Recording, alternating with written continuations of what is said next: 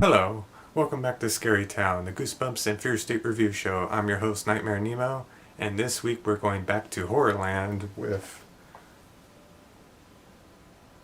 My Friends Call Me Monster. Get the back cover there.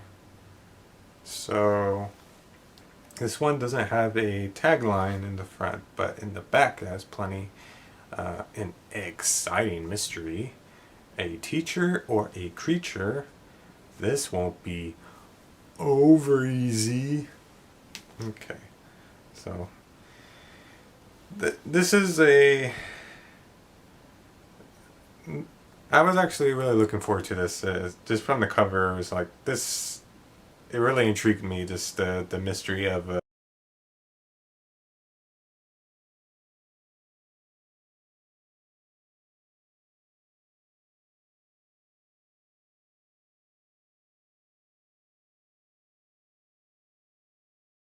Some kind of creature coming out of this giant egg. And after reading it, I will say that it's a pretty good read. The story itself is pretty simple. I remember back when I was a kid, there was always this book I remember where it was like your English teacher or something is like an alien, like, or whatever, and it had like this cover where like it showed like the teacher at the desk and then it pulls off a mask and it's like an alien. So not much of a it's kind of a spoiler, but I mean it it it happens, the reveal that the teacher in this story, Miss Haverty, is actually an alien. Not not much of a surprise considering the nature of the story. And so the story has three characters. Really, the main character Michael is predominantly it. It's from his viewpoint, and the other two characters are really just there for support. They don't play that big of a role in the story. So it's Michael, his friend Dwayne, and Daisy. And Dwayne and Daisy, there's not much character there. They're just kind of hanger-ons.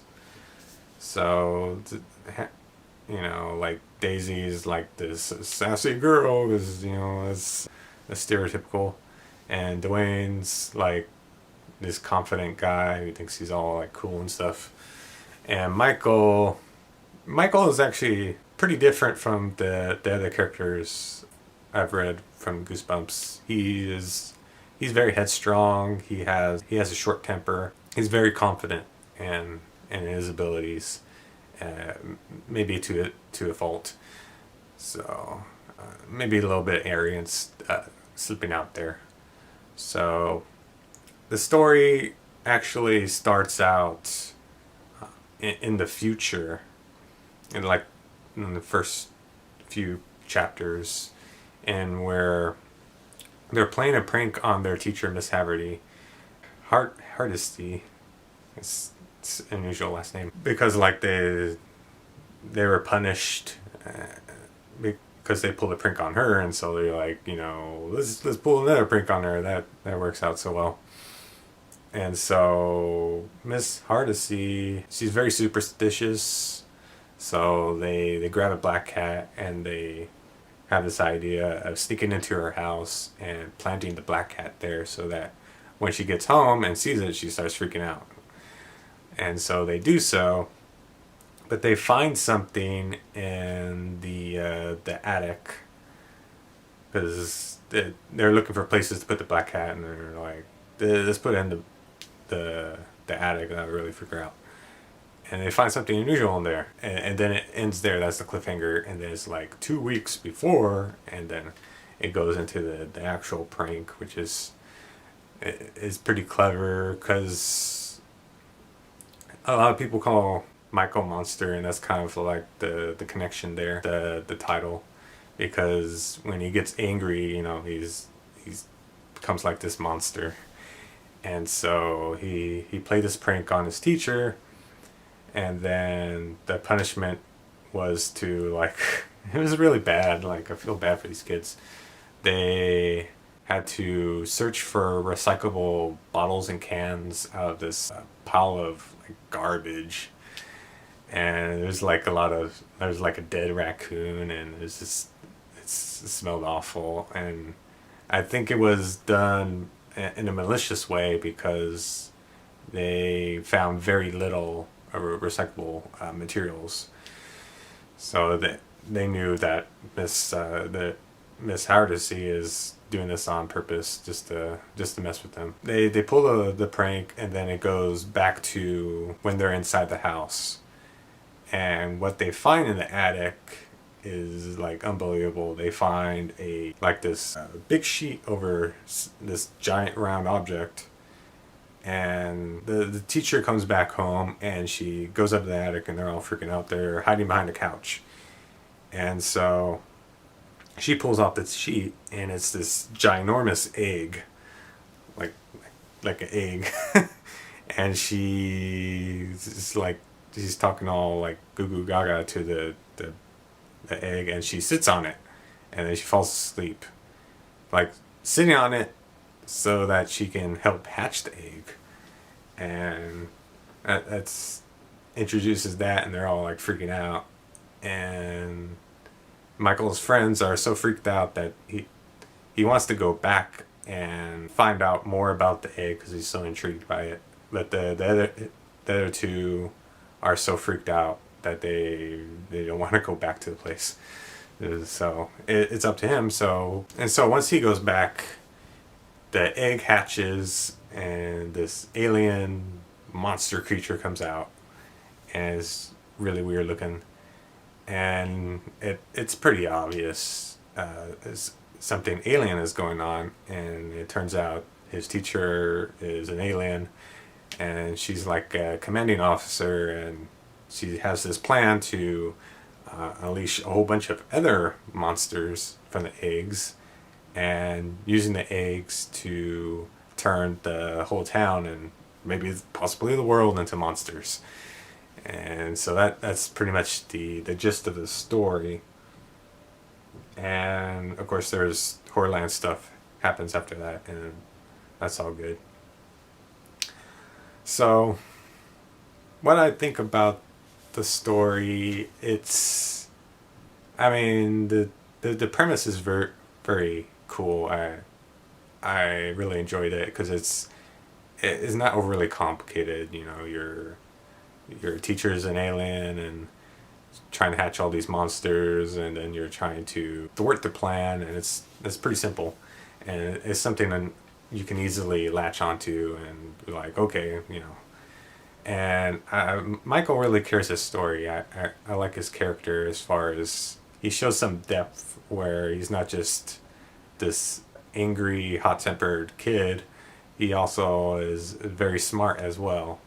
And he's into like science and mechanics and stuff. So he's got a little bit of depth there. His friends are just kind of there supporting, and can't really say too much about them.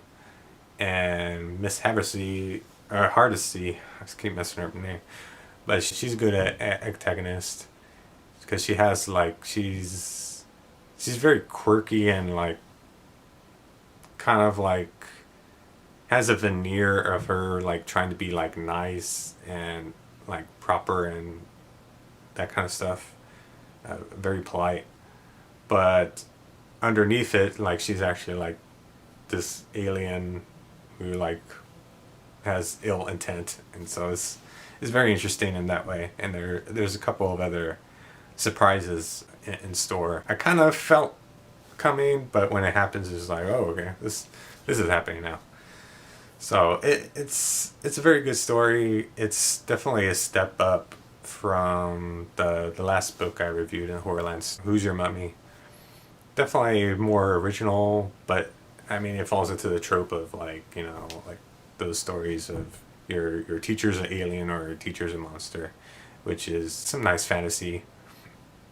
Because you always think like your teachers are like being mean to you for like no reason, and maybe they have some ulterior motive. So it plays into that fear. So, and it's a lot of fun, and I like the character of Michael. Like I said, he carries the story. Very cool stuff. As far as negatives, I would say felt like the conclusion was a bit rushed because like just the way the the villains are defeated just didn't seem like there was a whole lot of thought put into that, and I was thinking the way they were going to be defeated was more elaborate and satisfying than it was. In that way, it's similar to Who's Your Mummy, where the way they were defeated was kind of this blaz. It was very simple and not. There wasn't any impact to it, and so it was just kind of like, oh, we've run out of time and we need to quickly defeat these guys. So boom, they're defeated, and that's it. So I guess I would say that. And Michael's friends, Dwayne and Daisy, are not all that interesting, and they don't have a lot of screen time, I guess, or not a lot of time was put into their characters, and we're mostly following Michael. So I guess that's what I would say as far as the negatives. But it's a very good story. It's definitely a step up from Who's Your Mummy, and it's not middle road. It's a pretty simple story, and I enjoyed it. So definitely check that out if you're into the Horrorland series or Goosebumps, because I feel this story does more as a original Goosebumps story from the Horrorland series, whereas Who's Your Mummy was kind of it was okay, but this one is definitely one I would pick out of the other ones. So definitely check that one out. So thanks so much for watching. I've got a couple other Goosebumps stuff I want to post about. Alright, so that's what I thought. Next week we're going back and reviewing. Alright, so that's what I thought about my friends call.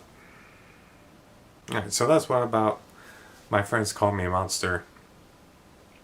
Very simple story, enjoyable, and it reads very fast, more so than the Goosebumps books, because you want to see what happens next, and it's a pretty quick read, but it's very enjoyable as well. So thanks so much for watching. Next week we're going back and reviewing a classic Goosebumps story, and I'll see you guys then.